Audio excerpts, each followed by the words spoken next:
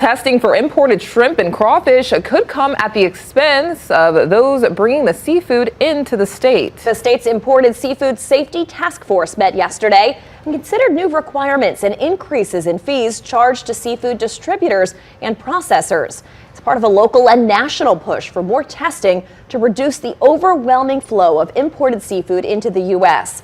Louisiana fishermen say foreign caught shrimp and crawfish undercuts their local product. The task force is expected to finalize the proposal and submit it to the Louisiana legislature as part of a recommendations report.